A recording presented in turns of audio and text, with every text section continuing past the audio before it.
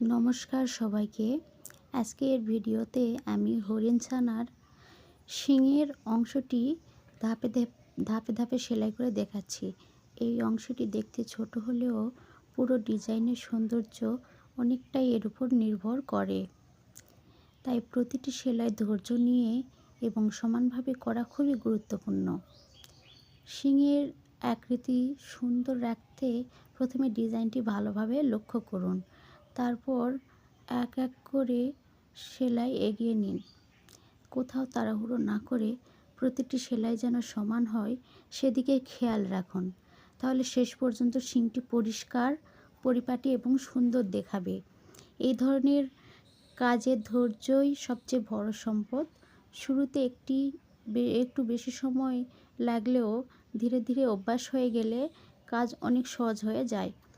প্রতিটি ফড়ি আপনাকে নিয়ে যাবে একটি নিখুঁত ডিজাইনের দিকে। আমি সবসময় চেষ্টা করি এমনভাবে কাজ দেখাতে যাতে নতুনরাও সহজে শিখতে পারেন। তাই ভিডিওটি শেষ পর্যন্ত দেখুন। আশা করি শিংয়ের এই অংশটি দেখে আপনারা খুব সহজেই নিজের কাজেও এটি করতে পারবেন। আপনারা চাইলে নিজের পছন্দের রং দিয়েও এই ডিজাইনটি তৈরি করতে পারেন। তবে শিংয়ের জন্য একটু গাঢ় শেড ব্যবহার করলে ডিজাইনটি আরও বাস্তবসম্মত এবং আকর্ষণীয় দেখায়। যদি ভিডিওটি আপনাদের ভালো লাগে তাহলে অবশ্যই একটি লাইক দেবেন, মন্তব্য করে জানাবেন কেমন লাগলো।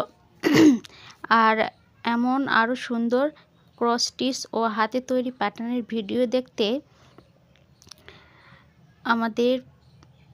আমার পেজটি অবশ্যই লাইক করে পাশে থাকবেন। আপনাদের ভালোবাসা এবং উৎসাহই আমাদের আরও নতুন নতুন ডিজাইন নিয়ে কাজ করার অনুপ্রেরণা। আজ এই পর্যন্তই। সবাই ভালো থাকবেন, সুস্থ থাকবেন। আবার দেখা হবে পরবর্তী ভিডিওতে। ধন্যবাদ সবাইকে।